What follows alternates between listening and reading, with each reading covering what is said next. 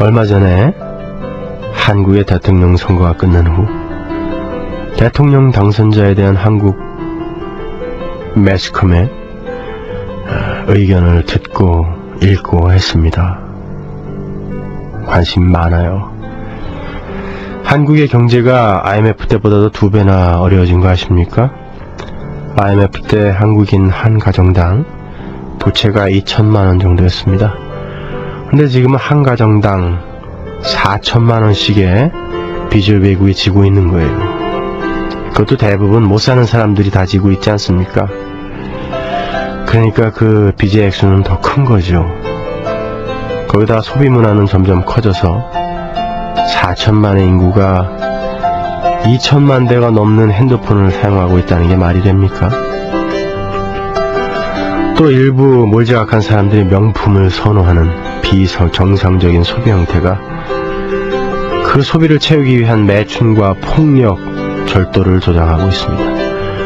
그러한 과소비를 충당하기 위해 임금 인상을 위한 노조의 시위가 잇따르고 있고요. 그 결과 고임금에 시달리던 기업은 값싼 노동력이 있는 외국으로 공장을 다 이사갔습니다. 기업은 여전히 운영됩니다. 하지만 공장에서 일을 해야 먹고 살 수 있는 노동자들만 일자리를 잃은 겁니다. IMF 때 은행은 외국에 다 팔아먹고 대기업의 주식은 거의 외국 투자자들의 손에 넘어갔습니다. 여러분, 한국은 지금 껍데기뿐인 경제활동을 하고 있습니다. 거기에다가 미국을 상대로 인격적인 대우를 해달라고 미국은 철수 시위를 하고 있는 상태입니다.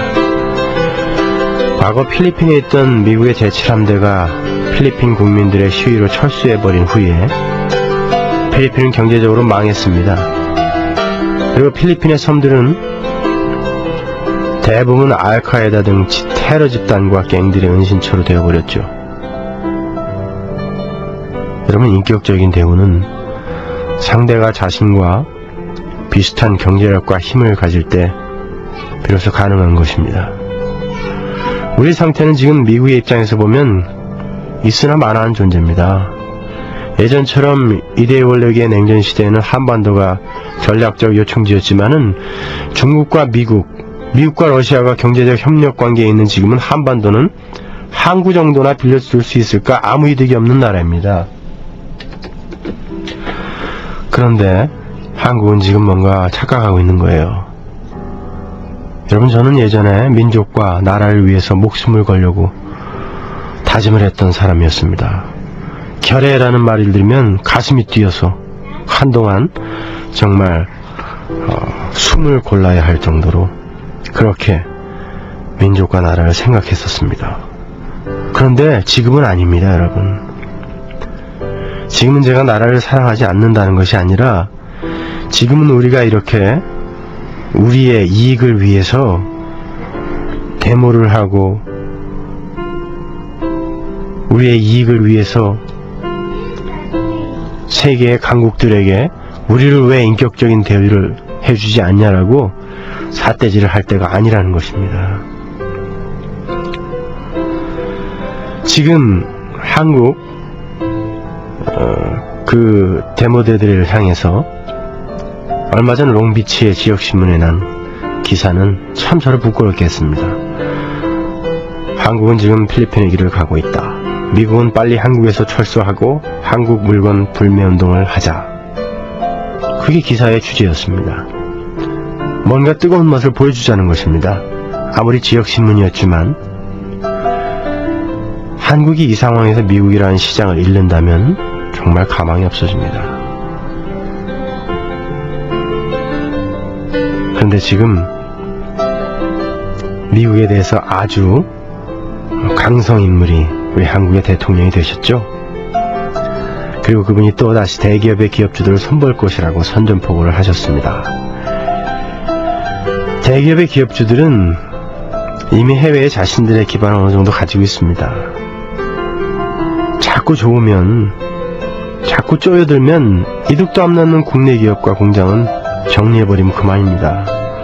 그런다 할지라도 그들은 먹고 살 수 있습니다. 하지만 그 기업들이 정리되면 거기서 일하던 노동자들은 거리로 나앉을 수밖에 없어요.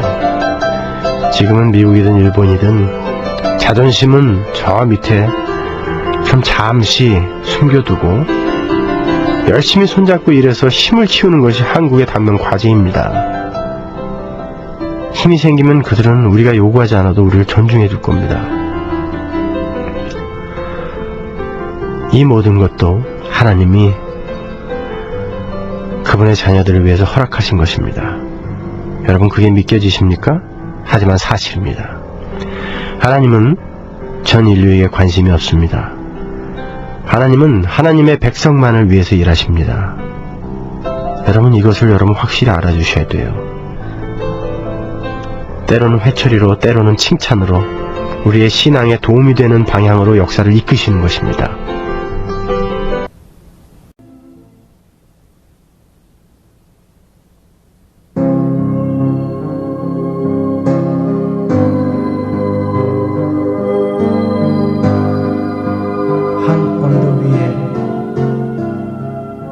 거기 그렇게 2000년 동안 십자가가 서 있었습니다.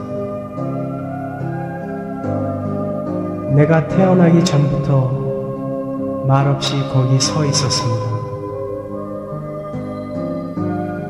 하지만 아무도 내게 말해주는 이가 없었습니다. 나 또한 아무런 관심도 갖지 않았었지요. 거기 달린 이가 누구인지, 왜 거기 그렇게 달려야 했는지 아무도 깊이 생각하지 않았습니다.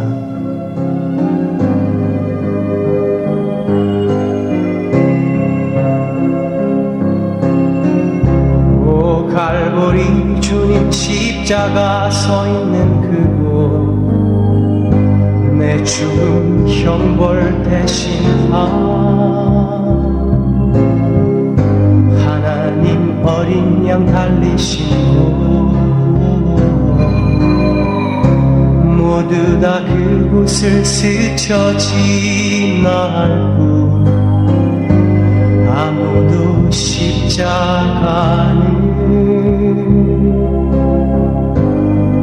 바라보지 않네. 오 갈보리 주님 십자가 서 있는 그곳, 하나님 어린 양 거기에 달렸는데 병정들 모두 다 제비 뽑고 있구나. 우리는 지금 무엇을 보나 무엇을 아는가.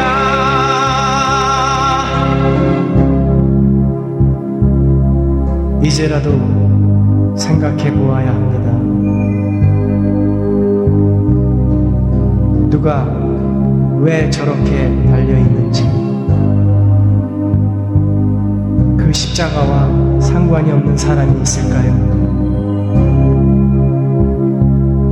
순간순간 죄의 욕망에 지배를 당하고 시시각각 밀려오는 죽음의 그림자를 두려워하며 어디에서 와서 어디로 가는지 알지 못하는 사람, 당신도 예외는 아니랍니다. 한 언덕 위 거기 그렇게 서 있는 십자가, 오늘도 거기엔 한 분이 달려있고 오늘도 그 밑에선 병정들이 제비를 뽑습니다. 모두 다 그곳을 스쳐 지날 뿐 아무도 눈을 들어 바라보지 않습니다. 오 갈보리 주님 십자가 서 있는 그곳, 하나님 어린 양 거기에 달렸는데 병정들 모두 다 제비 뽑고 있구나. 우리는 지금 무엇을 보나 무엇을 아는가.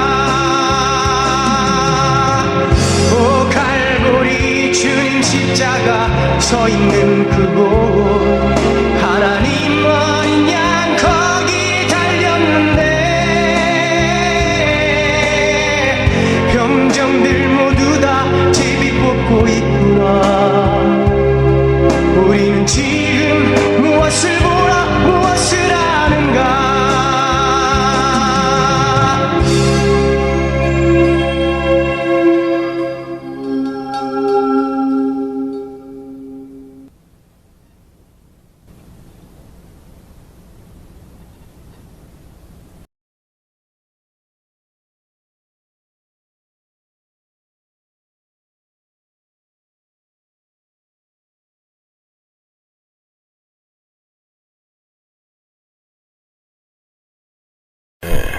말씀 나누겠습니다. 로마서 강해의 첫 번째 로마서 개관입니다. 로마서 1장 1절 함께 봉독하시죠. 예수 그리스도의 종 바울은 사도로 부르심을 받아 하나님의 복음을 위하여 택정함을 입었으니. 아멘. 자, 오늘부터 로마서를 함께 공부하겠습니다. 여러분들 로마서가 좀 어렵다고 그렇게 생각하시는 분들 많이 계실 텐데 전혀 어렵지 않습니다. 제가 이렇게 밖에 집회를 다니다 보니까 굉장한 그 실력자들이 많다는 거 제가 새삼 깨달았어요. 여러분 더 열심히 공부하셔야 됩니다. 여러분, 로마서는 아주 짧은 책입니다. 마음 먹고 읽으면 30분이면 정독을 할 수 있는 그런 책이죠. 그러나 2000년 교회사가 내어놓은 그 로마서에 대한 주석은 그 어떤 책보다 방대한 분량이에요. 아마 성경 66권 중에서 가장 많은 분량의 주석과 강해를 보유하고 있는 책이 로마서일 겁니다. 제 방에도 그동안에 공부한 로마서에 대한 주석과 논문, 참고 도서만 50권이 넘어요. 로이드 존스 목사님은 로마서 1장에 관해서만 500페이지를 할애해서 책을 쓰셨을 정도로 로마서는 그 안에 심오하고 방대한 메시지를 담고 있는 그런 책이죠. 중요한 건 로마서 안에 방대하게 숨어있는 메시지가 전부 복음에 관한 것이라는 것입니다. 그래서 어거스틴과 루터를 비롯한 수많은 믿음의 선진들이 이 로마서를 통해서 회심을 했죠. 루터는 로마서를 강해하다가 성경을, 복음을 올바로 이해를 할 수 있었던 그런 사람입니다. 여러분이 아시다시피 이 로마서의 저자는 바울이에요.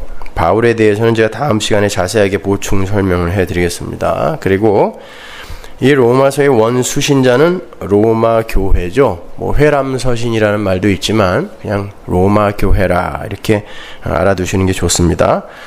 로마 교회가 정확하게 언제 생겨났는지에 대해서는 아무도 몰라요. 유세비우스를 비롯한 초대 교부들은 글라우디오 황제 때 베드로가 로마로 건너가서 교회를 개척했다고 주장하지만 그 사실을 뒷받침할 만한 아무런 근거나 기록이 없어요. 오히려 오순절 성령 강림 때 베드로의 설교를 듣고 회심한 로마 출신 예루살렘 순례자들에 의해서 로마 교회가 생겨났을 것이라는 주장이 더 설득력이 있어 보이죠. 사도행전 2장에 보면은 그 마가의 다락방에 모였던 사람들 중에 로마에서 온 사람들이 있었잖아요. 사도행전 18장에 보면요, 바울이 브리스길라와 아굴라라는 부부를 만나서 귀한 사역을 함께 합니다. 브리스길라가 여자고 아굴라가 남자예요. 브리스길라는 브리스가라는 말의 애칭이에요. 그들이 바로 로마 교회 교인들이었어요. 사도행전은 브리스길라와 아굴라가 로마의 글라우디오 황제의 유대인 추방령에 의해서, 그게 AD 49년경이었죠. 유대인 추방령에 의해서 고린도로 피난을 온 사람들이다라고 기록을 하고 있어요. 그런데 그들이 바울을 만났을 때 이미 그리스도인이었단 말입니다. 그래서 함께 사역을 한단 말이에요. 그렇게 로마 교회는 로마서가 기록되기 훨씬 이전부터 로마에 존재하고 있었고, 로마서의 내용을 보면 이미 로마서가 기록될 즈음에는 많은 이들에게 칭찬과 그런 존경을 받고 있던 교회였음을 알 수 있어요. 바울은 이 로마서를 고린도에서 썼습니다. 16장에 보면은 바울이 이 로마 교회에 보내는 편지를 고린도 교회인 베베에게 전달하라고 맡기죠. 그게 고린도 교회 교인이에요, 베베가요.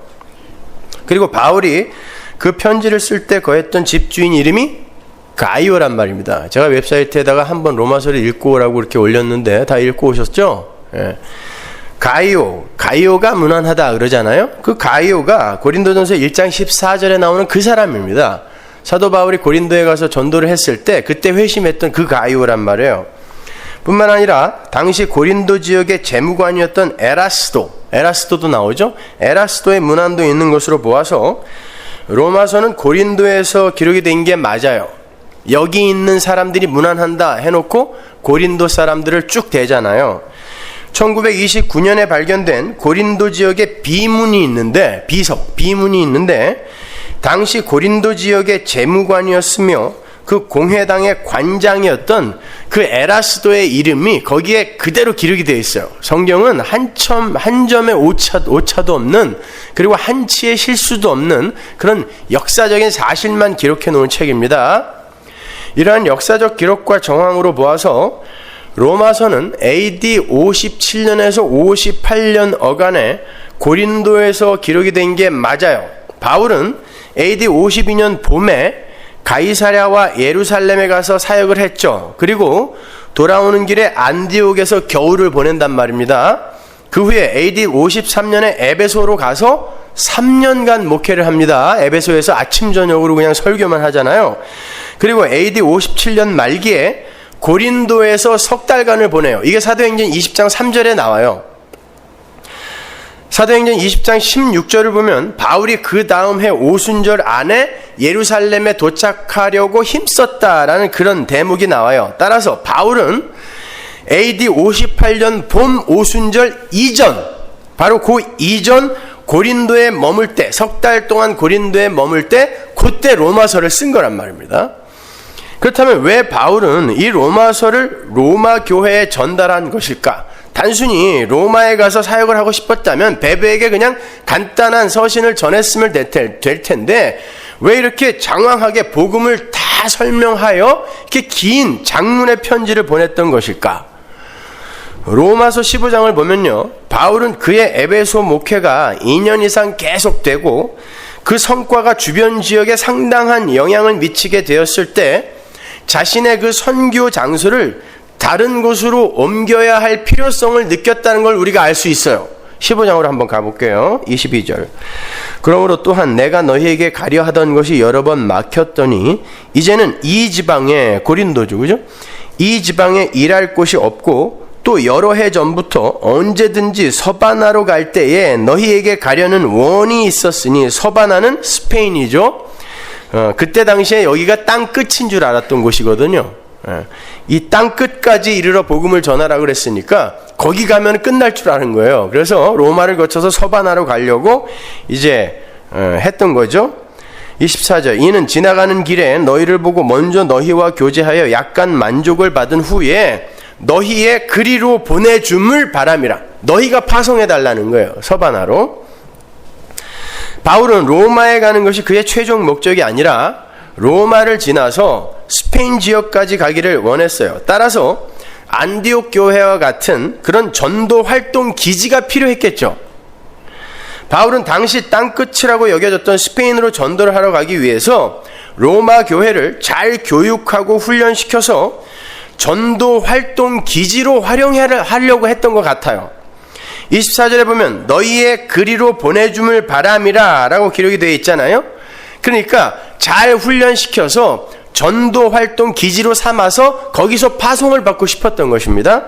로마 교회를 선교의 근거지로 삼아 땅 끝으로 가려고 했던 사도의 심중이 로마서 전체에 그대로 노출이 되어 있어요.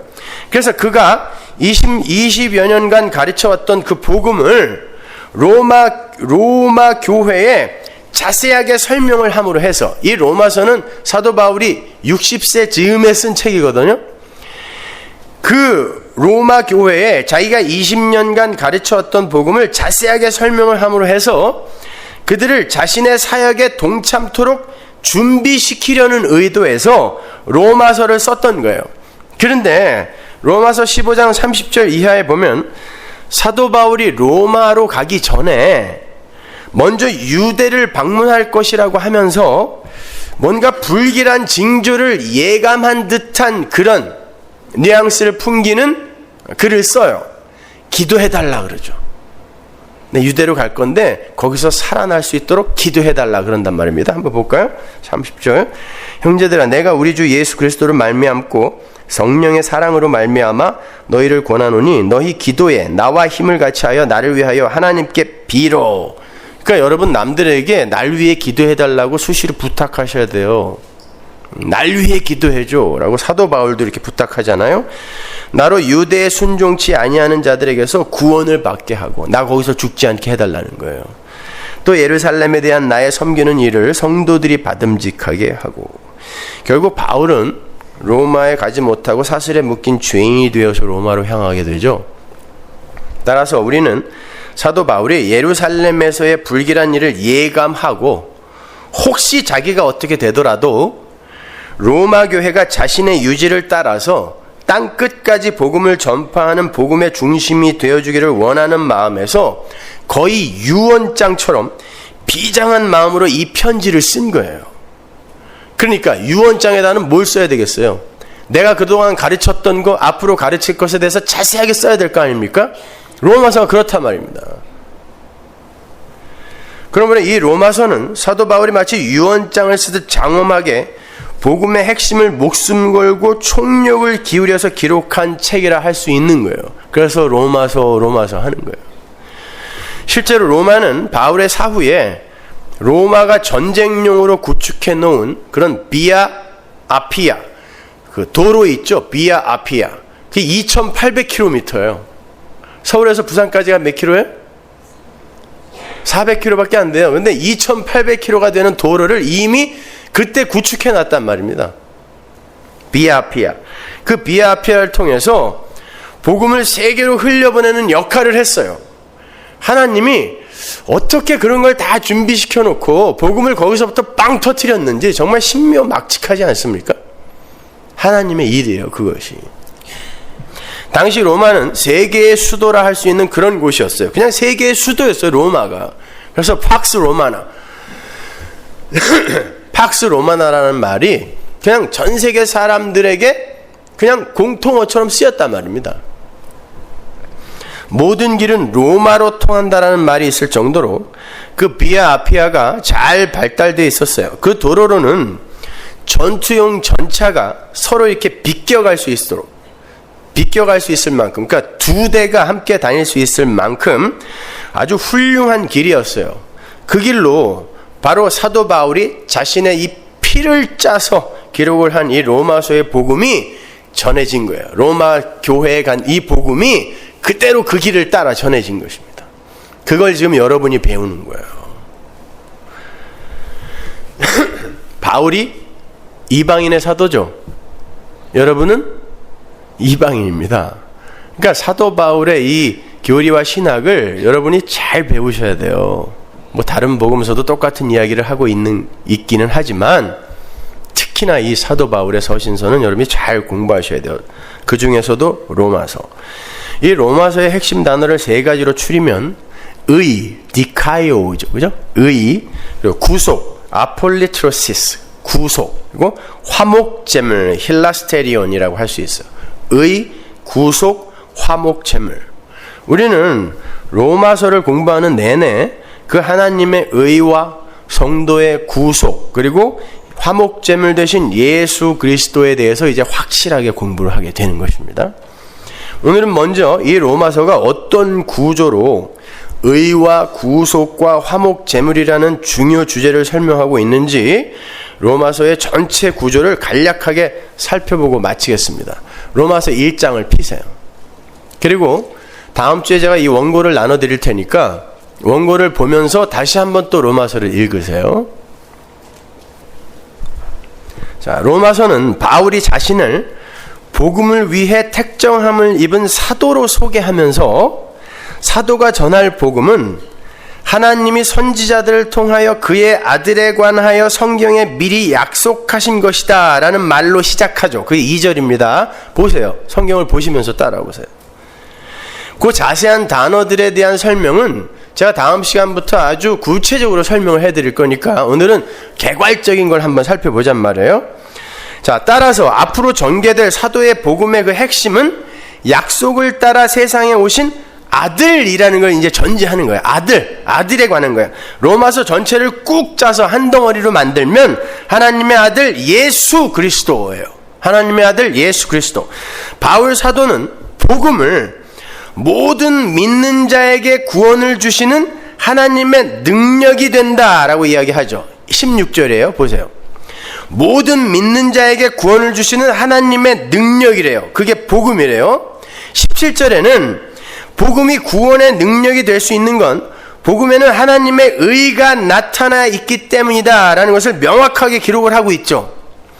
이 복음에 나타난 하나님의 의가 인간을 의롭게 하기 때문에 인간의 의가 인간을 의롭게 하는 게 아니라 하나님의 의가 인간을 의롭게 하는 것이기 때문에 누구든지 하나님의 의를 믿는 자, 하나님의 의를 믿는 자는 구원에 이른다는 것이 복음의 핵심이에요. 그래서 바울은 그 이야기를 3장 21절에서 한 번 더 반복하는 거예요. 그리고 그 사이에 왜 인간들에게는 자신들의 의가 아닌 하나님의 의가 필요한지에 대해서 이제 자세하게 기록을 하는 거예요. 하나님의 의를 믿는 자는 자신이 불의한 존재이고 하나님의 심판이 마땅하다는 것을 인정하는 사람이에요. 그게 하나님의 의를 믿는 자죠. 자신의 의를 안 믿는 자니까. 그렇죠? 하지만 인간은 순순히 자신의 불의를 인정하지 않고 하나님의 의를 믿으려고 하지 않아요. 왜냐하면 선악과를 따먹은 인간은 스스로 선악을 판단해서 자기 스스로도 의를 행할 수 있다고 여기는 교만의 존재이기 때문에 그래요. 그래서 18절에서 사도는 하나님의 진노가 불의에 대해서 하늘로부터 나타난다라는 걸 이야기하죠. 불의가 뭐예요? 하나님의 의를 의지하지 않는 걸 불의라고 해요. 거기에는 하나님의 진노가 불을 타고 나타나는 거예요. 하늘로부터 나타나는 거예요. 왜 세상의 모든 인간이 불의한 존재일 수밖에 없는지에 대해서 18절부터 31절까지의 쭉 기술을 하고 있어요. 그리고 즉 사도는 하나님의 의가 구원의 능력이 됨을 선포하고 그 누구도 하나님의 의를 통하지 않고는 구원에 이를 수 없음을 말하기 위해서 모든 인간을 불의하다고 할 수밖에 없는 이유를 설명한 후에 결국 하나님의 진노는 불의한 세상에 대한 정당한 조치임을 설명하죠. 그게 2장 5절에서 8절까지예요. 하나님의 진노는 정당한 거다. 그리고 그 앞에 왜 그 불의에 대해서 하나님이 진노하실 수밖에 없는가를 설명하는 거란 말입니다. 아울러 인간의 불의함은 유대인의 율법으로도 해결할 수 없다는 것을 자세하게 기록을 해 나가요. 이방인들은 양심이 있는 자로, 율법은 없지만 양심이 있는 자로 죄를 범하는 존재들이고, 유대인들은 율법이 있는 자로 죄를 범하는 존재들이라는 거예요. 따라서 유대인도 이방인과 다를 바 없이 하나님의 진노에 속한 존재일 수밖에 없다라는 것을 2장 12절부터 이야기하는 거예요. 그래서 3장 4절에서 사람은 다 거짓되다라고 선언을 해버려요. 사람은 다 거짓되다. 그러므로 유대인이나 헬라인은 모든 인간을 이야기하는 거예요. 유대인과 헬라인은 모든 인간은 다 죄 아래 있으며, 이게 3장 9절이에요. 다 죄 아래 있으며 따라서 세상에 의인은 없고 오직 죄인만 있을 뿐임을 3장 10절에서 18절까지 해서 강조하는 거예요. 그러면서 사도는 3장 19절에서 20절까지 해서 유대인들이 율법을 오해했음을 이야기해요.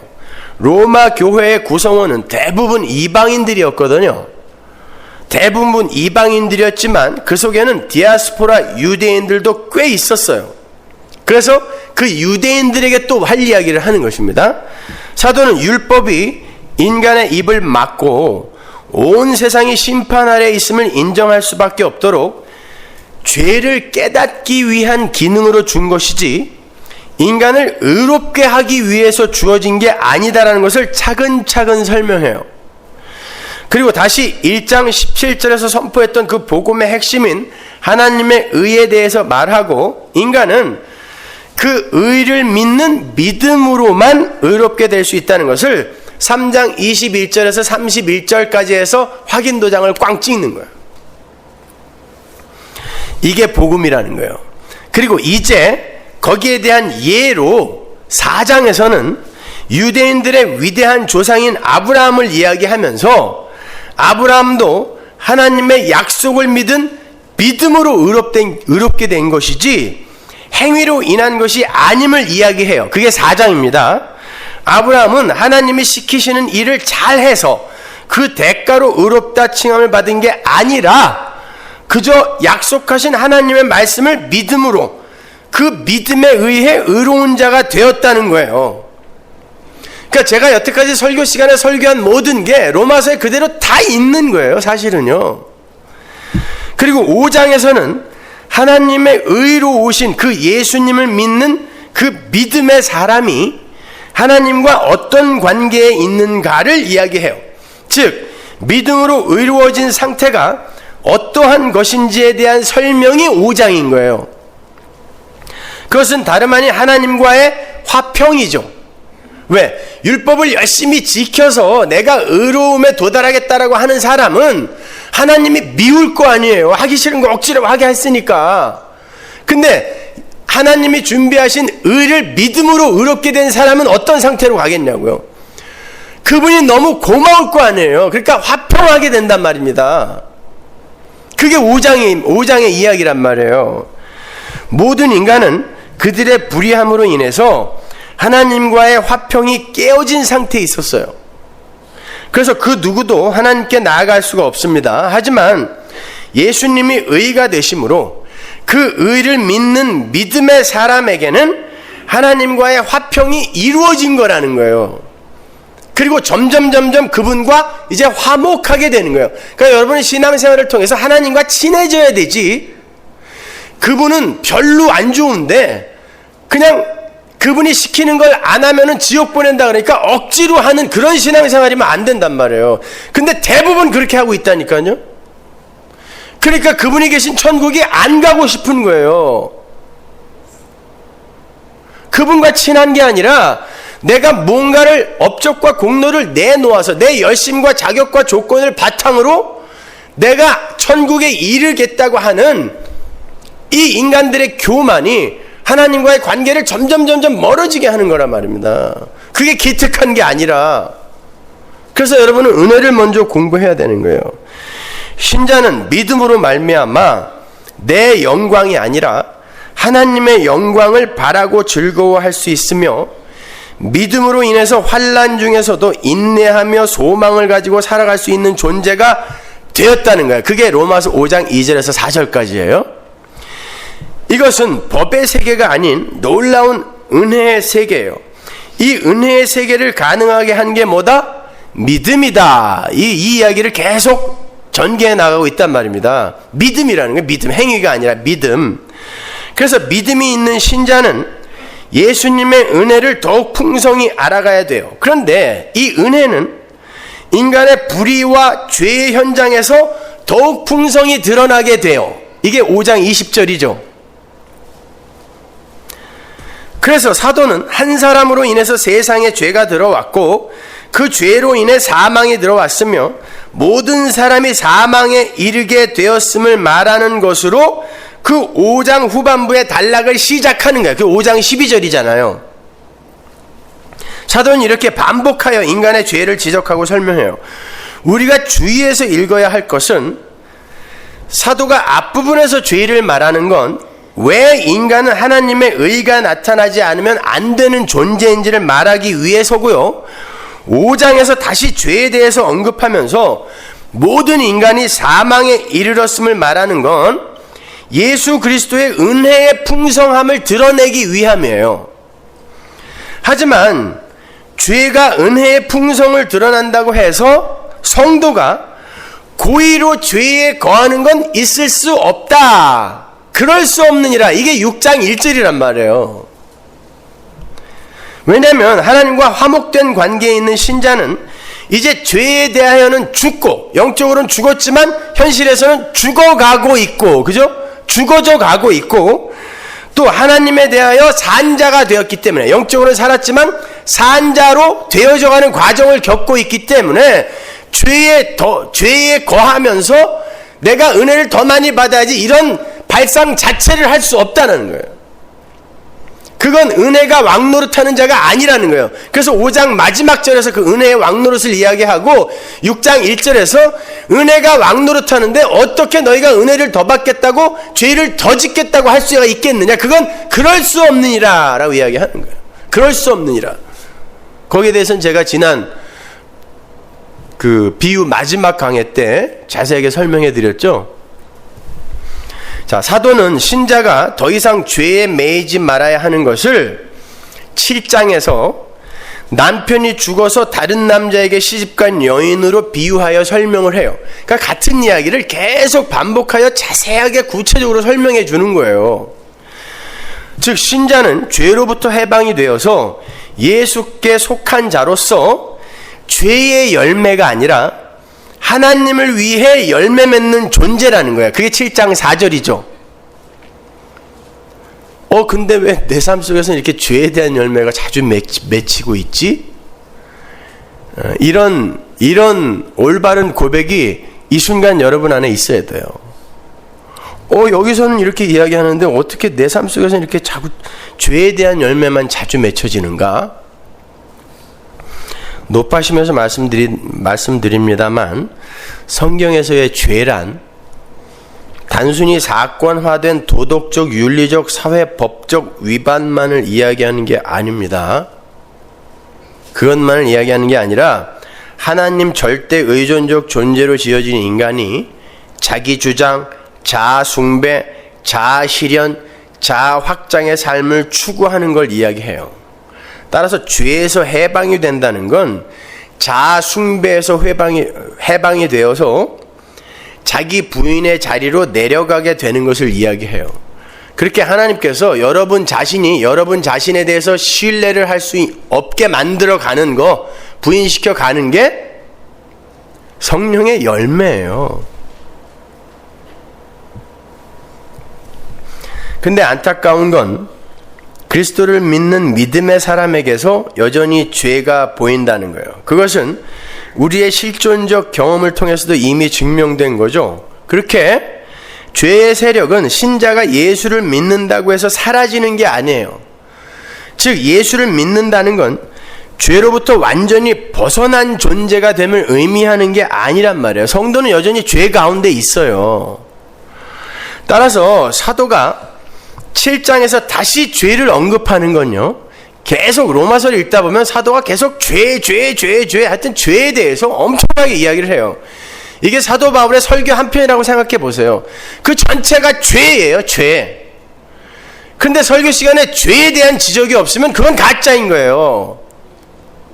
사도가 이렇게 설교를 했는데 어떻게 평안하다 잘 될 거야 긍정적 사고를 하면 너희들 소원이 다 이루어질 거야, 기적이 일어날 거야, 신비한 현상이 일어날 거야, 병이 날 거야. 어디 로마서에 그런 얘기가 나옵니까? 그리고 사도행전에 사도들의 그 설교에 어디 그딴 내용이 단 한 절이라도 나옵니까? 어디에? 근데 그런 설교를 듣고 그렇게들 광분을 해요. 좋아서 아주 어쩔 줄을 몰라요, 그냥.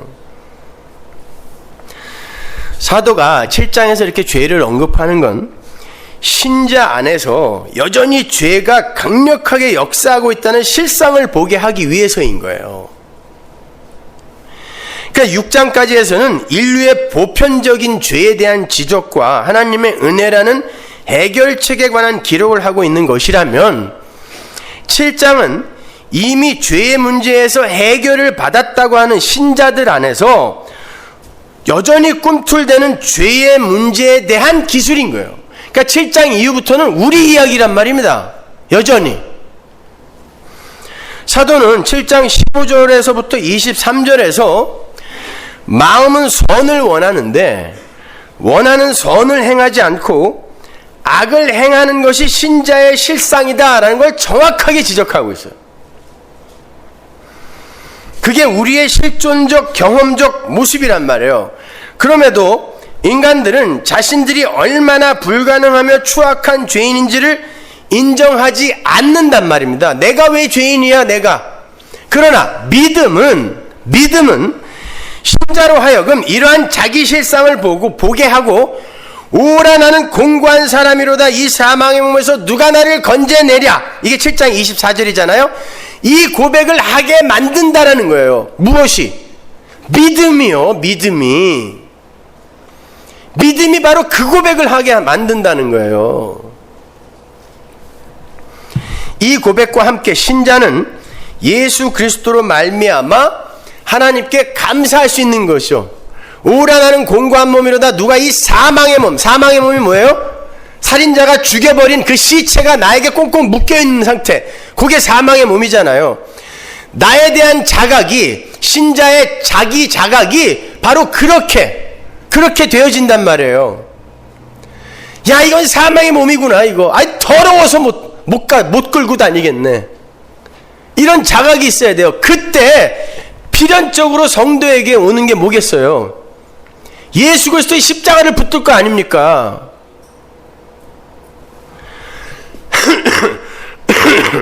정확하게 말하면 바로 그 자리가 죄로부터 벗어나고 있는 자리인 거예요. 자신이 죄에서 벗어날 수 있는 길은 오직 예수 그리스도의 은혜만을 의지해야 한다는 그 예수 그리스도의 은혜의 필연성을 자각하고 그 은혜를 의지하게 되는 그 상태, 그게 바로 하나님 의존의 상태잖아요. 우리가 궁극적으로 그리로 가는 거잖아요. 그러니까 바로 내가 죄를 짓고 그리고 혹은 죄를 발견하고 자각하고, 야, 나는 공고한 몸이구나, 이 사망의 몸에서 누가 나를 건져줘야 되는 거구나, 나는 못 나오는 거구나, 요게 바로 죄에서 벗어나는 성도가 맺는 열매인 거예요, 이게. 그러니까 내가 내 삶 속에서 나오는 사건화된 어떤 행위 같은 것들로 나는 신자다 아니다, 잘 가고 있다 못 가고 있다, 이렇게 판단하면 안 된다는 것입니다. 이처럼 그리스도의 은혜의 풍성함은 자신이 죄로 인해서 죽은 자임을 실감하는 현장에서 생생하게 드러나게 돼 있어요. 이게 로마서에 적혀 있는 얘기예요. 왜냐하면 그리스도 예수 안에 있는 자에게는 결코 정죄함이 없다. 이게 8장 1절이에요. 결코 정죄함이 없다는 것을 내용으로 하는 그 하나님의 은혜는 자신이 죄로 인해 죽은 자임을 실감할 때 선명하게 드러나기 때문이에요. 신자는 예수님으로 말미암아 하나님과 화목된 관계에 있게 되었지만 문제는 여전히 죄가 있는 존재이기 때문에 육신에 이끌려 육신을 따라 살아간다는 거예요. 따라서 성도라 할지라도 하나님의 의의 병기로서 하나님께 영광이 되는 길을 스스로의 힘으로 갈 수가 없어요. 그러면 어떻게 해야 되는가? 인간 측에서 할 수 있는 건 아무것도 없어요. 그래서 하나님이 성령을 보냈다가 8장인 거예요. 성령이 함께 하심으로써 육신의 생각이 아니라 영의 생각으로 살게 하시고 하나님에 의해 소망을 두게 하시는 거예요. 이것이 신자이기 때문에 사도는 누구든지 그리스도의 영이 없으면 그리스도의 사람이 아니라 라고 8장 9절에서 이야기하는 거예요. 그 성령이 있어야 성령이 그 삶을 주도할 것이고 그 성령이 은혜가 되어 은혜의 왕노릇을 할 것이고 그가 바로 신자라는 거예요. 신자는 성령으로 말미암아 아들을 보내셔서 죽은 자를 살리시는 하나님의 사랑을 보게 돼요. 그리고 사랑의 하나님을 아버지라 부르게 된단 말입니다. 이게 8장 15절이에요. 또한 그 사랑으로 인해서 그리스도의 고난에 참여하게 돼요. 8장 17절. 그러니까 하나님의 사랑이 우리를 어디로 이끈다? 고난으로 이끌어간단 말입니다. 여러분의 소원 성취의 자리로 이끌어가는 게 아니라 고난의 자리로 이끌어가는 거예요. 8장 17절. 그러나 고난 중에도 낙심하지 않는데, 난 낙심되는데요? 아니요. 이렇게 살아있는 게 낙심하지 않은 거예요. 낙심 못하는 거예요, 여러분은요. 내 기분을 갖고 자꾸 판단하지 말라 말입니다. 하나님이 여러분 낙심 안 시킨 거예요. 살게 놔둔 거예요, 이렇게. 낙심 못하게 만들어버리는 거예요. 낙심은 지옥으로 내 마음이 뚝 떨어져 있는 상태를 낙심이라고 하는 거예요. 근데 살아 계시잖아요. 성도는 고난 중에도 낙심하지 않아요. 왜냐하면 현재의 고난이 장차 나타날 영광과 비교할 수 없음을 알기 때문에 그래요. 그게 18절이죠. 장차 나타날 영광과 지금 내가 겪고 있는 사건화되어 내 삶 속에 나타난 이 현실이 비교할 수 없다는 걸 성도는 알기 때문에 살아있는 거예요. 낙심하지 않는 것입니다. 오직 성도만이 고난을 장차 올 영광의 전제로 삼을 수 있어요. 어떻게? 성령에 의해서. 그게 8장의 이야기예요. 그러나 하나님의 사랑은 그 어떤 것으로도 끊어지지 않기 때문에 하나님의 사랑이 있는 신자는 환난이나 공고나 박해나 기근이나 적신이나 위험이나 칼, 그 어떤 것에서도 하나님의 사랑에 감사하며 그리스도로 기뻐하게 된다가 8장 39절이고, 이것이 그리스도의 영이 함께한 신자가 그리스도의 영으로 인해서 하나님과 화목의 관계에 있는 믿음의 모습인 거예요. 그 내러티브가 아주 일관성 있게 쭉 흐르고 있죠. 그죠? 요거 설명했다 저거 설명했다 그러는 게 아니에요, 여러분.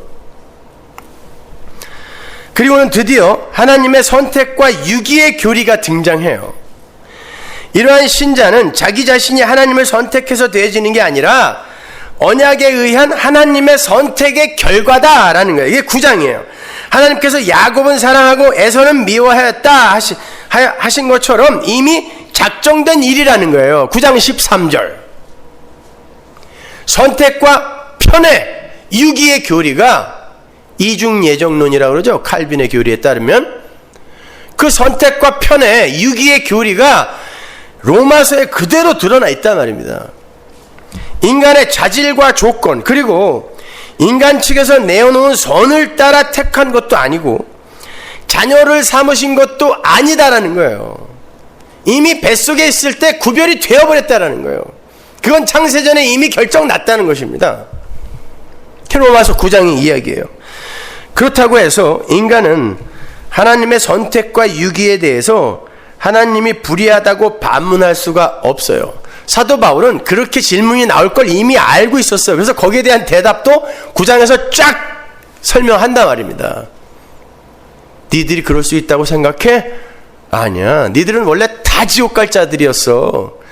천국 갈 자들을 지옥 보낸 게 아니라 다 지옥 갈 자들 중에 일부를 택해서 천국 보낸 거야. 근데 누가 누구한테 원망을 해? 하소연을 해? 이 이야기를 9장에서 쭉 설명을 해요. 모든 인간은 불의한 존재이지만 그 안에 택한 자가 있고 그들을 세워서 하나님의 긍휼과 자비하심의 풍성함을 드러내는 그릇으로 삼은 거예요. 그 그릇이 하나님이 택한 남은 자라는 거예요. 남은 자. 이 남은 자, 이사야서의 남은 자 사상이 로마서에서 또 한 번 반복되어 설명을 하죠. 그리고 그러한 자들은 이방인들 중에도 있다가 9장 20절에서 28절까지의 내용인 거예요.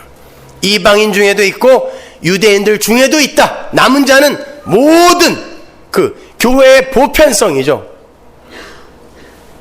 모든 민족 가운데 남은 자가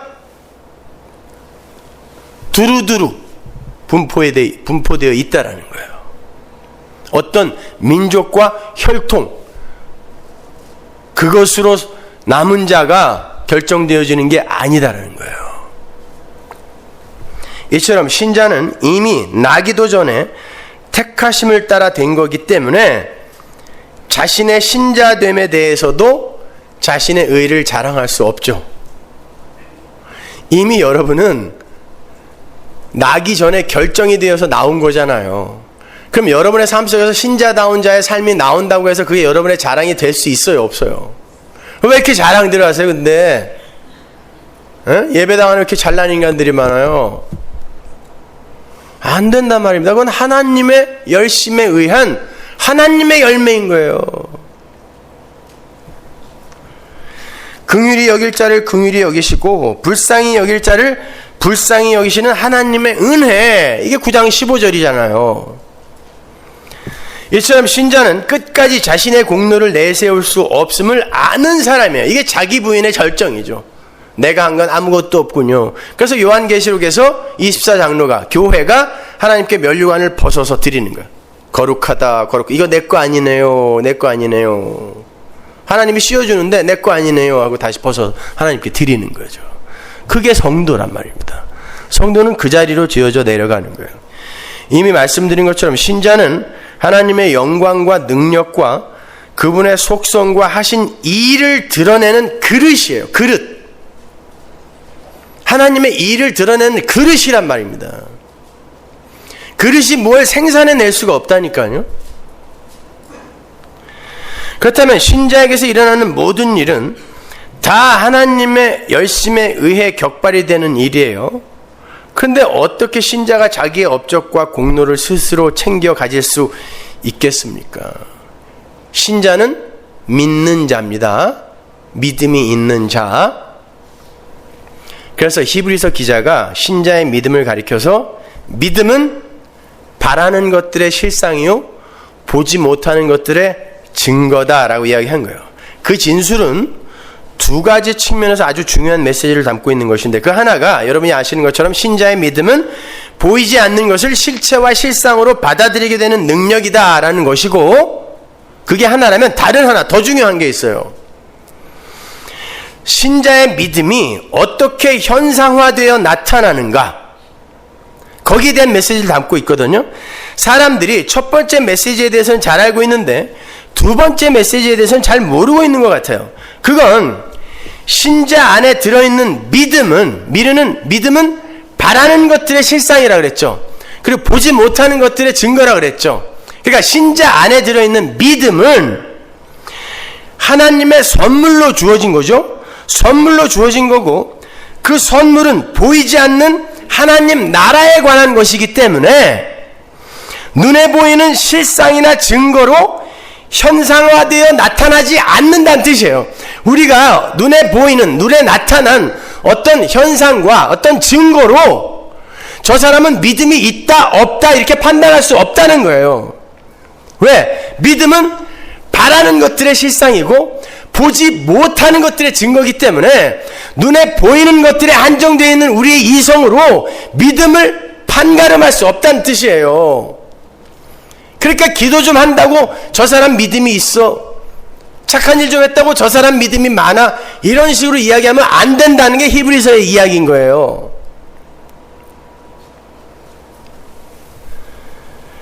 자, 그렇게 믿음을 눈에 보이는 것으로 판단하려는 사람들이 그 믿음을 사용해서 눈에 보이는 것을 얻어내려 하는 엉터리 신자인 거예요. 믿음을 눈으로 판단하려고 하는 자들은 반드시 그 믿음을 방법으로 삼아서 눈에 보이는 걸 얻어내려고 하는 자들이란 말입니다. 왜? 눈에 보이는 것에서 못 벗어난 자들이거든요.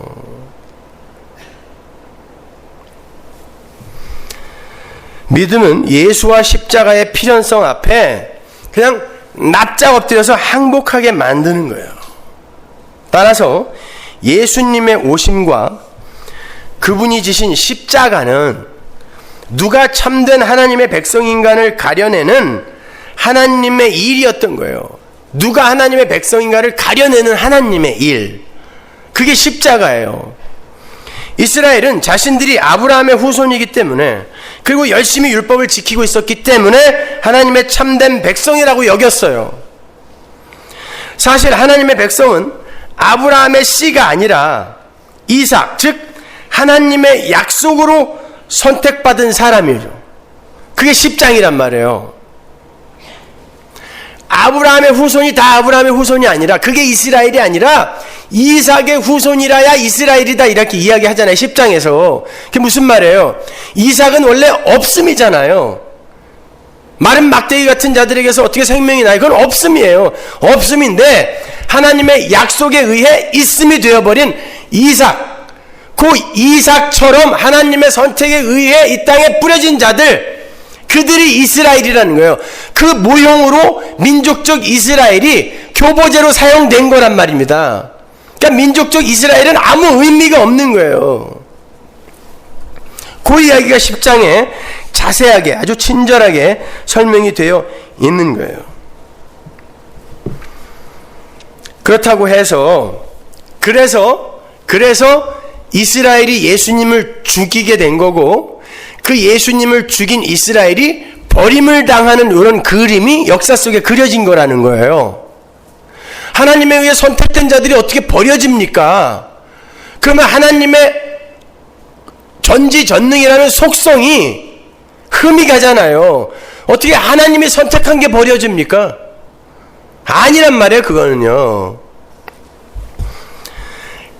그렇게 이스라엘이 버려지는 그림이 역사 속에 그려져 있다고 해서 이스라엘 모두가 버려진 건 아니다. 이게 바로 11장 1절이에요. 이스라엘 안에도 하나님의 택하심을 따라 남은 자가 있다 그러죠. 이게 11장 4절이란 말이에요. 어떠세요? 읽으면서 복음에 대해서 우리가 갖고 있는 의문에 대한 답을 사도 바울이 그대로 다 해설해주고 있잖아요. 이 부분을 세대주의자들의 주장처럼 민족적 이스라엘의 회복으로 해석을 하는 분들이 계신데 그건 정말 큰 오해입니다. 존 파이퍼나 존 메가더를 제가 너무 존경하고 저의 영적 스승으로 생각하고 있지만 이 부분에 있어서는 저랑 많이 달라요. 이번에도 그 존 파이퍼 목사님의 사무실에서 일하는 친구들하고 함께 가서 제가 그네들과 2주를 꼬박 같이 있으면서 설교를 하고 이야기를 했는데 거기에 대해서는 제가 절대 양보를 못했어요. 저는 지금도 이해가 안 가요. 어떻게 그런 탁월한 분들이 세대주의에서 못 벗어나는지. 그 말씀은 이스라엘 안에도 남은 자가 있어서 이스라엘이 전부 집단적 유기의 상태에 던져진 게 아니다라는 그런 뜻이에요. 그리고 이방인 가운데도 역시 택함을 받은 자가 있다가 11장 5절이고 그런데 누가 하나님이 택하신 참된 백성이냐는 것은 주의 이름을 부르는 것으로 증명이 된다가 10장 13절인 거예요. 그러니까 주의 이름을 부른다는 혈통이나 민족에 의해서 하나님의 백성이 정해지는 게 아니라 민족적 이스라엘 헛소리 하지 말라는 거예요. 그게 아니라 주의 이름을 부르게 만드시는 그 자들이 있는데 그 자들이 바로 하나님의 택한 백성이다예요. 주의 이름을 부른다는 건 이 세상 모든 인간들은 자기 이름을 부르면서 살아요. 그리고 자기 이름을 위해서 살고 자기 이름을 남기려고 살아요. 근데 주의 이름을 부른다는 건 자기 영광을 추구하지 않는 자가 되었다라는 거예요.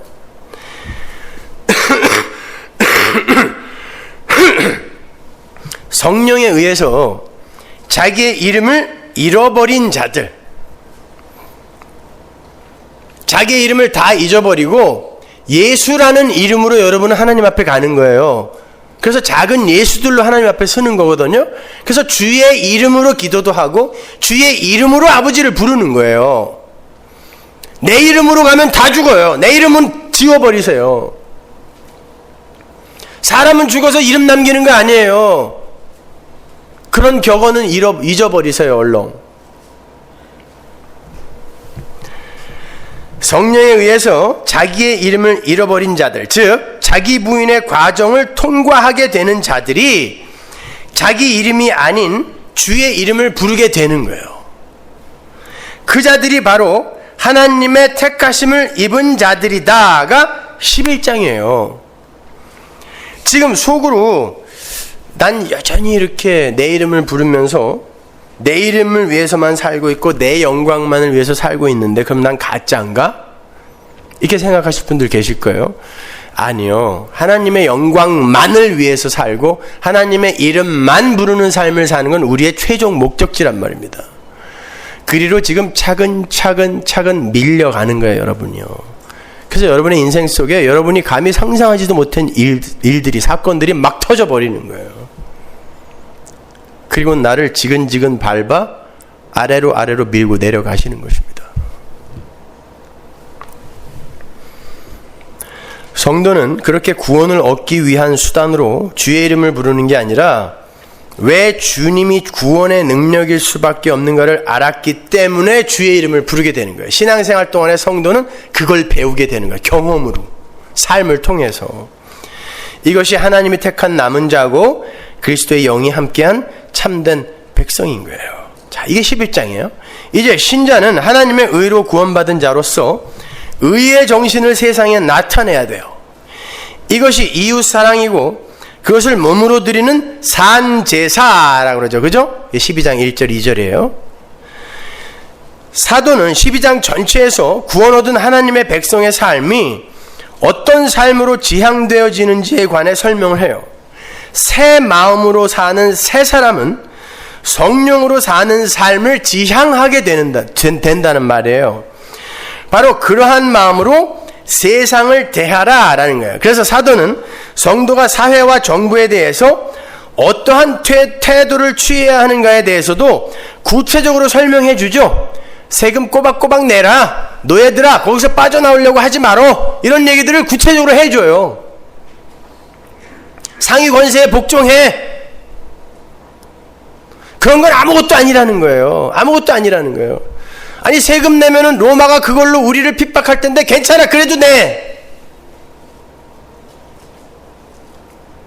우리의 머리로 재단해서 니들 방식으로 하지 말라는 거예요. 하나님이 하신다는 것입니다. 니들이 세금 안 내면은 로마가 핍박 안 할 것 같니? 그러세요 여러분?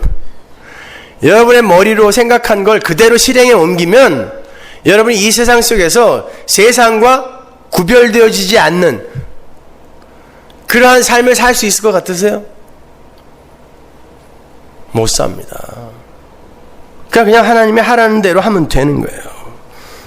성도는 사회나 정부나 개인에 대해서 친히 원수 갚아서는 안 되고 하나님의 진노하심에 맡겨야 된다는 거예요. 12장 19절이죠.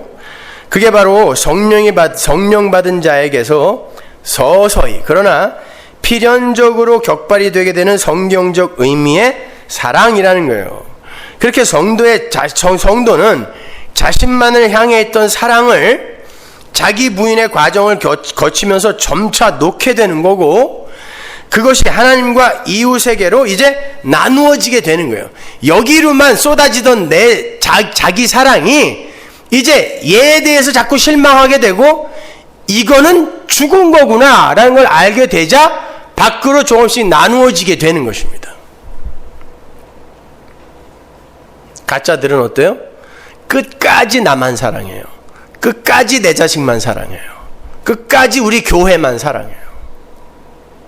그거 가짜예요. 하나님의 백성으로 지어져 가는 자들은 반드시 자기 자신에게부터 실망해야 돼요. 그리고 자기에 대한 신뢰를 잃어가야 되는 것입니다. 바로 그러한 자기 밖으로 향하는 사랑이 신자에게서 나타나야 할 믿음의 열매고 그것이 예수 그리스도로 옷 입는 거예요. 그걸 13장에서 자세하게 설명해 주고 있는 거예요. 그리고 신자는 이러한 믿음과 사랑 안에서 서로 무난하는 관계임을 말하는 것으로 로마서를 이제 끝내고 있어요. 재밌죠 여러분? 그걸 이제 구체적으로 하나하나 제가 설명해 나갈 거란 말이에요. 로마서 안에 복음의 핵심 교리와 성도의 삶에 대한 구체적인 설명이 모두 나와 있어요. 어떻게 살아야 하는가까지 모두 나와 있어요. 우리는 로마서를 공부하면서 하나님의 끈질긴 사랑과 그 사랑을 알게 된 자들의 자연스러운 반응에 대해서 자세하게 공부할 거예요. 뿐만 아니라 말세의 세상을 살아가고 있는 우리의 자세에 대해서도 다시 한번 깊이 자성하는 시간도 될 겁니다. 제가 사실 로마서를 설교하기 위해서 오래전부터 준비를 했었어요. 벌써 몇 년이 됐지만 이미 새벽 예배 때 제가 로마서를 한 차례 강해를 했어요. 한 2년간에 걸쳐서. 러프하게나마. 그 뒤에도 로마서를 설교 예화로 많이 인용해서 써왔기 때문에 그렇게 어렵지 않을 거라고 생각했어요.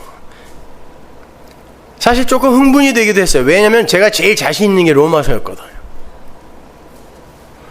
근데 정작 로마서를 정식으로 강해를 하리라고 마음을 먹고 다시 집중적으로 공부를 하다 보니까 그동안 제가 공부하고 설교했던 로마서가 너무 가난하고 비루하다는 생각이 들었습니다.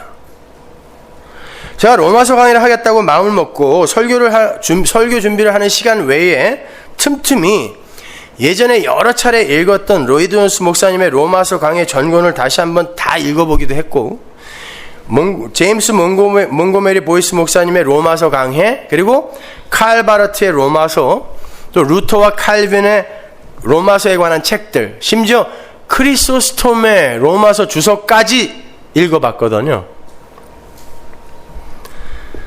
그런데 예전에 읽었던 것이었는데 그때는 굉장히 큰 감동을 받았다고 생각했는데 지금 읽어보니까 성에 차지가 않아요. 주제가 너무 산만하다고 표현을 해야 될까요? 그리고 너무 얕아요. 교리를 설명하는데 모두 다 급급해요. 그래서 그냥 제 식대로 하나님의 은혜를 큰 기둥으로 삼아서 성경 신학적 해석을 바탕으로 풀어가기로 하고 그 책들을 다 닫아버렸어요. 안 볼 거예요, 그건요. 그리고는 한국과 홍콩 집회의 자투리 시간에 로마서를 제가 여러 번 정독을 했어요. 그 여러 번 정독을 하면서 다시금 하나님의 그 집요한 사랑과 은혜의 깊이를 되짚어 볼 수가 있었어요. 머릿속에 들어와 있는 로마서 전체의 구조를 그 은혜 속에서 다시 한번 쫙 펼쳐봤더니 어떻게 설교를 해야 할 것인가가 가슴속에 이렇게 그려지는 것 같았어요. 궁금하시죠?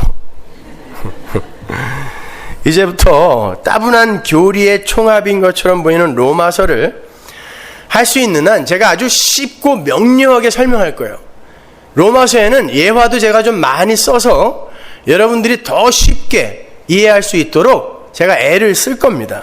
그러니까 여러분도 너무 부담을 갖지 마시고 쫓아오셨으면 좋겠어요. 오늘 말고 다음 시간부터요. 몇 분이 굉장히 당황하는 기색, 지금부터 뭘 또 한다는 거야? 다음 시간부터. 자, 마지막으로 여러분이 로마서를 공부하는데 유용한 간단한 그림을, 첫 시간이니까 그 간단한 그림을 여러분의 머릿속에 그려드리고 마치겠습니다. 이걸 로마서 강해가 끝날 때까지 머릿속에 그대로 갖고 계세요. 제가 그렇게 홍콩에서, 한국에서 어떻게 하면 로마서 첫 번째 시간에 로마서 전체의 내용을 간단히 축약해서 우리 교우들의 가슴에 이렇게 심을 수 있을까 고민하다가 좀 쉽고 그리고 이렇게 애착이 가게끔 그림을 그려서 심어주고 싶었는데 고민을 하다가 문득 떠오른 영화가 있었어요. 우리 서집사님이 영화 평론을 하셨다는 말을 듣고 제가 영화 얘기를 감히 이제 못하게 됐는데 오늘만 할게요. 평론을 굉장히 잘하셨더군요. 제가 봤어요. 영화 평론가가 우리 교회에 계시다는 걸 제가 모르고 그동안 죄송했습니다. 몇 년 전에 개봉했던 그해 여름이라는 영화 혹시 아세요? 그런 거 좀 보세요. 제가 로마서 강의하면서 이 교양 수준도 같이 좀 이렇게 끌어올리려고. 오늘 가다가 다 빌려 가세요. 그해 여름. 저 인터넷에서 다운로드 하실 수 있는 분은 합법적인 방법으로 다운로드해서 보세요. 평소에 친분이 있는 감독이 새 영화를 만들었다고 해서 정말 아무런 기대감 없이 봤다가 정말 큰 감명을 받았던 그런 영화예요. 2006년에 개봉됐으니까 얼마 되지 않은 거거든요. 제가 좋아하는 이병헌과 수혜가 아주 열연을 했던 그런 영화거든요. 그 내용 안에 끊임없이 숨어서 우리에게 사랑을 퍼부어주시는 예수 그리스도와 베드로처럼 요리조리 도망만 다니다가 결국 그 사랑의 힘 앞에서 항복을 하고야만은 우리의 모습이 그 속에 잘 나타나 있어서 저는 개인적으로 그 영화를 보면서 굉장히 많이 울었어요. 목사는 무슨 영화를 봐도 이렇게 예수와 연결을 시킬 수 있는 깊은 영성을 소유한 사람이에요. 정말 너무 많이 울었어요. 그냥 보통 사람들이 보면 그냥 평범한 삼류 사랑 이야기 같이 볼 수 있었던 그런 영화인데 제가 지금부터 말씀드리는 내용을 머릿속에 두고 한번 그 영화를 보세요. 여러분도 저처럼 많이 우실 거예요.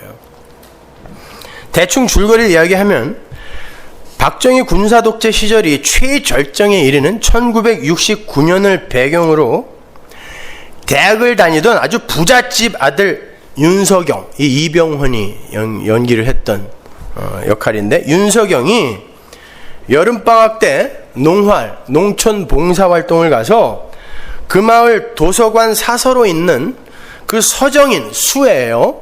그 서정인을 만나면서 서로 이제 사랑이 싹 튼다는 내용이에요. 약 열흘 동안 머물면서 서정인과의 추억을 쌓아가는 중에 윤석영이는 서정인의 사정에 대해서 알게 돼요. 과거에 그 서정인의 부모님이 마을에 도서관을 만들어서 마을 사람들의 교화에 힘썼는데 월북을 해버리세요. 그 월북을 해버리는 바람에 그 마을 전체에 피해를 입히게 되고 서정인은 그때부터 마을 사람들로부터 여전히 따돌림을 당하고 있는 실정이었어요.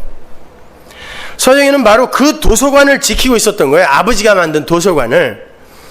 농활의 마지막 날 밤에 대학생들이 마을 사람들을 위해서 영화를 상영해주고 그 와중에 마을 도서관이 불에 타버리면서 서정인은 윤석영을 따라서 이제 서울로 가게 돼요.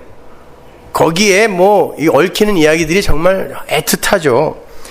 여기까지는 대학생과 농촌 처녀의 그렇고 그런 사랑 이야기인데 그 후에 사건이 급반전됩니다. 일단 윤석영이는 서정인과 함께 자신이 다니는 대학 교종으로 가서요, 서정인에게 자신의 가방을 맡기고 학생회 사무실로 올라가요. 그런데 학생회 측에서는 박정희 삼선 개헌 반대 집회를 개최하고 윤석영과 서정인은 이 데모에 휩싸이게 되면서 서정인이 경찰서로 연행이 되고 윤석영도 같이 연행이 되어버리는 거예요. 근데 서정인의 아버지는 월북한 사람이잖아요. 그때 당시만 해도 연좌제라는 게 있었단 말입니다. 서정인이 월북을 한 부모님 때문에 사상을 의심받게 되고 서정인이 들고 있었던 그 윤석영이의 그 가방 때문에 윤석영도 간첩 혐의로 의심을 받게 되면서 이 폭력과 협박에 의한 취조가 진행되는데 저는 그걸 당해봐서 알아요. 그 정도는 아무것도 아니에요. 윤석영의 아버지는 윤석영에게 서정인을 모르는 여자라고 이야기를 하라 그래요. 그래야 살 수 있어서 그때는요. 간첩으로 몰면 사형 아니면 최하 몇 년이었거든요. 그러니까 모르는 여자라고 해야 돼요. 그래서 윤석영이는 경찰관의 신문에 그 서정인을 모르는 여자라고 부인을 해요. 그러자 경찰관은 윤석영을 서정인의 그 취조실로 데려다가 대질신문을 해요. 서정인은 윤석영을 보자마자 반가운 마음으로 쳐다보죠. 그때 수의 연기가 일품이에요. 반가운 마음으로 딱 쳐다보는데 윤석영은 자신이 살려고 서정인을 모르는 여자라고 부인을 해버려요. 자기가 손잡고 데리고 올라왔거든요. 영원히 헤어지지 말자고. 근데 생존의 법칙 앞에서는 사랑이 아무런 쓸모가 없는 것이 되더라는 것입니다. 모른다 그래요. 서정인은 결국 눈물을 흘리면서 자신도 윤석영을 모르는 사람이라고 해서 윤석영에게 피해를 주지 않으려고 해요. 그 결과 윤석영은 바로 석방이 되고 서정인은 징역살이를 합니다. 윤석영은 사랑하는 여자 그 서정인을 부인하였다는 그 버렸다라는 죄책감에 아버지에게 부탁을 해서 서정인을 석방시키고 이제는 절대 서정인과 떨어지지 말자면 무작정 기차를 타고 둘이 여행을 가려고 그래요. 그러나 대기실에서 윤석영이 약을 사러 간 사이에 서정인은 호련히 떠나버려요. 그리고 윤석영은 이 서정인을 찾아서 36년 동안 전국을 헤매지만 결국 찾지 못하고요. 독신으로 대학 교수를 하며 지내요. 이 윤석영의 아버지가 서정인을 풀어주면서 네가 진짜 우리 아들 서경이를 사랑한다면 어떻게 해야 되는지 알겠지? 라고 언지를 주거든요. 그러니까 자기가 정말 사랑하는 윤석영인을 자기에게서 놓아준 거예요. 아프지만. 역에서 헤어질 때 손을 꽉 잡아요, 서정인이. 그때 이병헌이가 약 사러 갔다 올게 아무것도 모르고 그러는데 또 잡아요. 놓기 싫었던 거죠. 자기의 마음이에요, 그게. 근데 살짝 놔줘요. 가라고. 그리고는 마음속으로 생각하죠. 다음에 우리 만날 땐 절대 손 놓지 말자 라고 이야기해요. 여러분, 그게 예수의 마음입니다. 영혼 속에서 그 손 놓지 않겠다고 지금 잠깐 여러분 삶에서 손을 놓으신 거예요.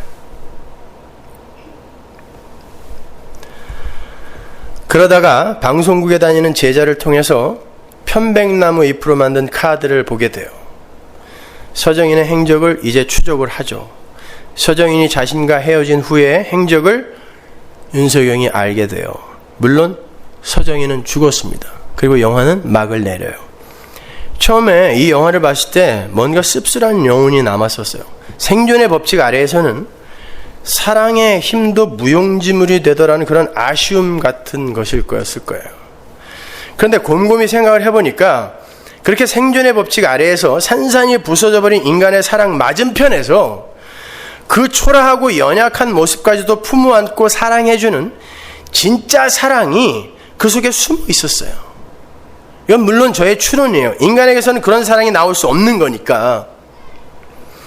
저는 취조실에서 서정인을 모른다고 부인하는 윤석영의 모습과 베드로가 대제사장의 뜰 안에서 예수님을 부인하는 모습과 오버랩시켜 봤어요. 정확하게 맞아떨어졌어요.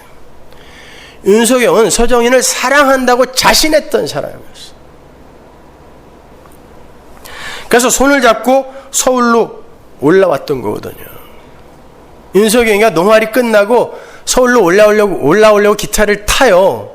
서정인은 마음 편하게 가라고 그러는데 다시 서정인이 너무 외로운 마음에 길을 걷고 있는데 비를 쫄딱 맞은 윤석영이가 기차에서 내려서 다시 찾아오는 그 장면. 그렇게 사랑한다니까요. 그렇게 사랑했어요. 근데 생존의 법칙 앞에서는 나는 저 여자 몰라요 라고 하더라는 거예요. 나는 목숨 걸어 주님 사랑했습니다. 사랑하겠습니다 라는 베드로가 지 생존의 법칙 앞에서 나는 저 사람 몰라요 하고 저주하며 부인하더라는 거예요. 그 장면이 취조실에서 그대로 반복이 돼요. 얼굴 봐! 몰라 알아! 몰라요! 다시 봐! 알아 몰라! 몰라요! 그게 인간의 사랑입니다. 그럼 윤석영이와 베드로만 나쁜 놈입니까? 우리는 어때요? 우리가 예수님을 사랑한다고 하지만 우리의 생존의 법칙 앞에서 그 예수님을 우리가 정말 안다고 하면서 사나요? 우리도 똑같이 부인하면서 살지 않습니까? 그런데 예수님이 그러한 우리의 삶 속에 찾아오셔서 끝까지 기다려주시는 거예요. 베드로는 예수님의 기도 그리고 예수님이 보내신 성령에 의해 다시 예수님과 연합이 될 수 있었어요. 예수님에 의해서요. 예수님에 의해서. 베드로가 뭘 잘해서가 아니에요. 우리는 그렇게 예수님을 끝까지 부인하는 자들이에요. 그래서 베드로는 평생 그 흔적을 갖고 있었어요. 스티그마타. 그 흔적을 갖고 있었어요. 내가 예수님 부인했던 자라. 윤석영이가 평생 독신으로 살면서 내가 거기서 부인했기 때문에 그 여자를 부인했기 때문에 그 여자가 감옥살이를 했고 그 여자가 떠난 것이다라는 요 흔적을 갖고 그녀를 그리워했던 거예요. 그리고 나중에 그 편백나무를 갖고 편백나무 잎사귀를 옆에 요 편지에다가 이렇게 붙여서 요 편백나무 잎이 붙은 요 편지를 받으면 나는 잘 있어요. 나는 괜찮아요. 내 걱정하지 말아요. 나는 행복합니다. 라는 것을 메시지로 전하는 거라고 서로 약속하거든요. 근데 이 여자가 자기를 부인한 그 남자를 떠나서 언젠가 내 사랑이 나는 괜찮아요. 내 걱정하지 말아요. 그러니까 행복하게 잘 살아요. 라는 그 마음이 전해질 걸 믿고 그 편백나무 이파리가 달린 편지를 계속 사람들에게 나눠줘요. 그러나 그 남자에게 나타나진 않는 거예요. 그 남자의 행복을 위해서. 그겁니다. 하나님의 사랑, 예수의 사랑은 반드시 자기의 택한 자에게 전달되어지게 돼 있어요. 윤석이가 죽기 전에 그 편지가 도달하더라는 것입니다. 그때에 내가 그렇게 예수를 부인하면서 살았는데 예수님이 어떻게 내 뒤를 쫓아다니면서 나를 배려했는지 우리가 알게 되고 그때 우리는 그 사랑 앞에서 납작 엎드려지게 되는 거예요. 그래서 우리의 인생 속에서 이렇게 예수를 부인하는 그런 수많은 사건들을 하나님이 놔두시는 거예요. 그 흔적이 있어야 그럼에도 불구하고 나를 향하여 끊임없이 편백나무 이파리를 날리신 그 예수의 사랑을 알게 되는 것입니다. 로마서 전체가 바로 그 이야기예요. 그동안 로마서를 너무 딱딱하게 생각하지 않으셨어요? 그럴 때마다 그 영화를 생각하시고 그렇게 나를 사랑하시면서 나의 뒤를 졸졸 쫓아오신 그 예수를 깊이 배우세요. 오늘 가시다가 꼭 하나씩 빌려가세요.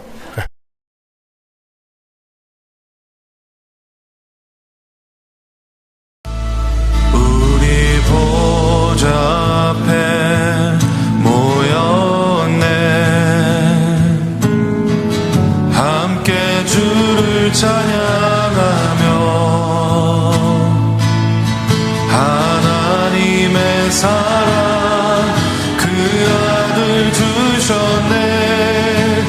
그의 피로 우린 구원받았네. 십자가에서 쏟으신 그 사랑